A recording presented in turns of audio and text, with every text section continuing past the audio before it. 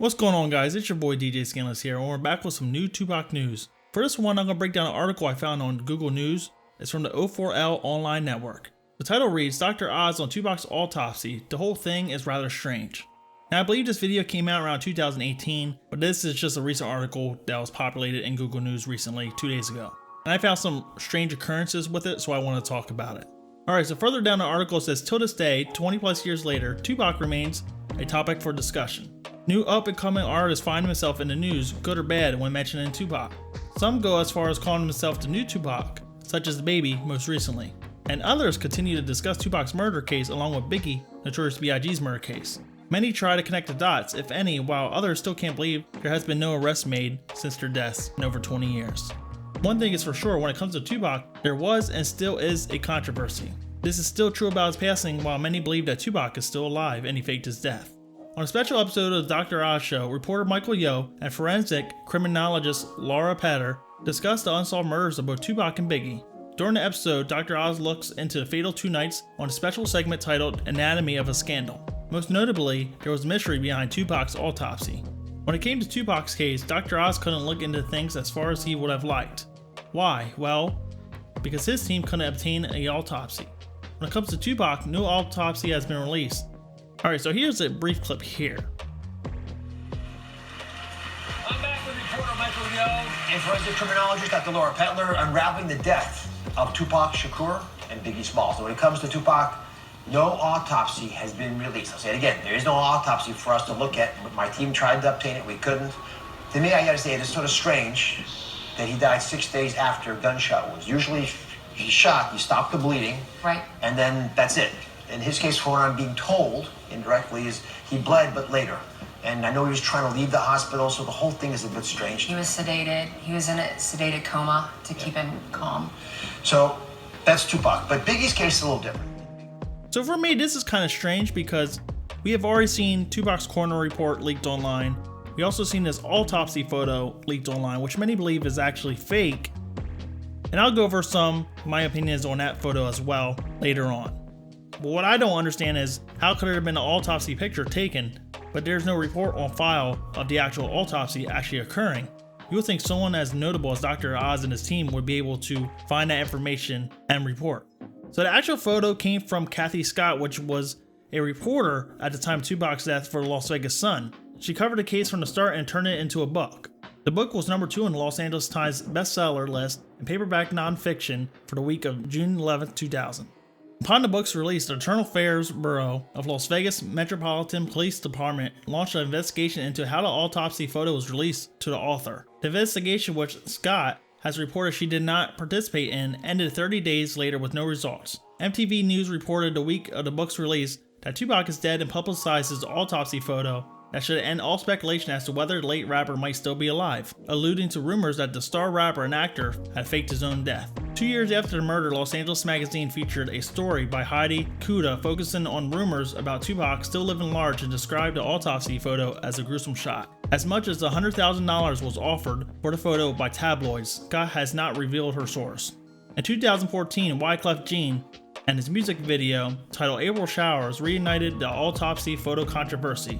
And this was after Kathy Scott lodged a copyright infringement complaint with YouTube because the image in the video was similar to the autopsy photo released in her book. YouTube later on banned the video. TMZ, which broke the story, reported that the video director and Scott had settled the matter and agreed that it would later have a screen credit to the book at the end of the video.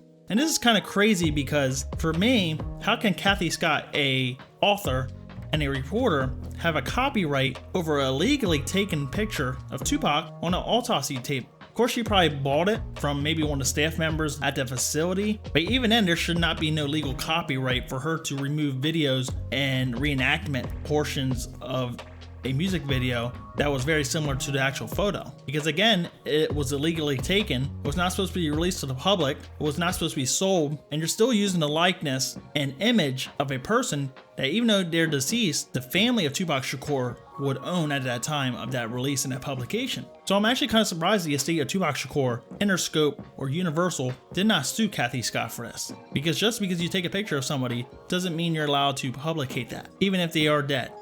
Also, further on with this topic about the overall autopsy, the coroner report was actually released to the public as well. And when you compare the actual information in that report to other information that we have, there's many discrepancies all over the place. And some of that is about Tupac's height. We have official documentation of a 1996 license of Tupac Shakur, which states that he was only 5'10" and he weighed around 168 pounds.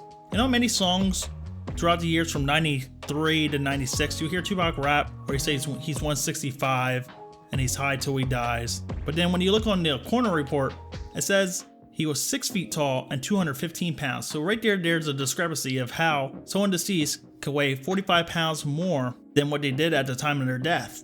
And it's also kind of crazy because Tupac was in the hospital for 6 days after being shot. So you would think he would have lost weight, not gained weight. And I'm not a firm believer that the autopsy picture is fake. You know, I do believe that Tupac is dead. I think it was probably most likely Orlando Anderson clapping back at Tupac for the beatdown at the MGM. And I'm totally against any speculation that Suge Knight was involved because Tupac was not leaving Death Row Records. He was actually going to make a sub-label under him called Machiavelli Records. And Suge Knight was in the vehicle with Tupac and could have died because you can't predict where bullets were going to go. Could have easily also hit him and he could be dead too. And a lot of people will say, well, Tupac has all this music being leaked and released. You know, he still has 100, 200 unreleased songs. But you can actually compare the time periods of when the songs were recorded to other albums he did, and you'll see that his voice tone is very different all throughout, and we have the original versions of songs released after his passing over the original beats. So it's not like Tupac is in Cuba or in Europe or in South America recording new songs, and then people will say, oh well, you know, he said that rest in peace Biggie Smalls and God Bless the Dead, but not a lot of people know that there was another Biggie Smalls that was a part of Live Squad that passed away around 92 to 93. It just so happened that the estate released that in 97, and it kind of fueled the whole theory that Tupac was still alive. And actually that was a great release on their part for releasing that in 97, 98 on the Greatest Hits album, because it did just that. It had a lot of people thinking that Tupac was still alive. So they went out and they bought Greatest Hits and Are You Still Down and his other albums around that time period. Even though if I was doing that track, even though that was the original version released on there, I would have updated the song and made it sound like a Death Row song, because that song was actually from 94. If you would have made it sound like a Death Row song, it would sound like he just recorded that in 97, 98. And that's the main reason why they released that track that fast, because it generated more record sales. My thing with the autopsy picture is Tupac is very cut open, the back of his skull's cut open, and that's not very reminiscent of a lot of other autopsy photos. And you have Tupac's face facing the other direction. Why would he not take multiple shots or a shot of his face or the side that Tupac's face was looking? You know, it seemed it was rather deliberate that they took the shot from the other angle so you could not see or make out the majority of his face. And then the other thing I noticed with the autopsy picture is the Machiavelli tattoo that he had on his neck was missing. Now this could be just because the photo was pixelated, it's not HD, as well as the lighting was very bad. But from what I see, the Machiavelli tattoo is not there. But then when I compared the other tattoos on his right shoulder and his forearms, the placement of it is very accurate to other pictures, so it's kind of hard to say. The other thing I found really suspicious about the autopsy picture is Tupac was in the hospital in a coma for 6 days, right? But however, when you look at the autopsy picture that's leaked on Google Images, which I'm not going to show because this may be deemed as not ad friendly, his head is shaven and his face is shaven. You know, he still has his goatee, but the side of his face was shaven. Why would they shave his face and his head if he's in a coma and in critical condition? Now I can see like if it wasn't really life threatening and they were just placed in a coma, maybe that's why. But why would he go out of the way of shaving one's head as well? So I found that to be kind of strange. And also that Tupac was cremated a day after he passed was also strange as well. And the other incident with Jada Pinkett is on record saying that Afeni Shakur said that Tupac was going to be okay and that there was no need for her to rush to the hospital to see him, and then she ended up pulling the plug.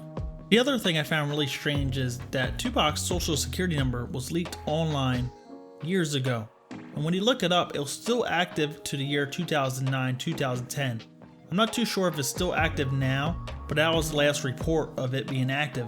Why would his social security number still be active 13 to 14 years after his passing if he's been deceased the whole time?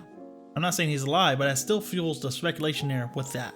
The other occurrence is that no one has been able to get in touch with the actual person that cremated Tupac since the year of 1996. So what happened to this guy? Where is he?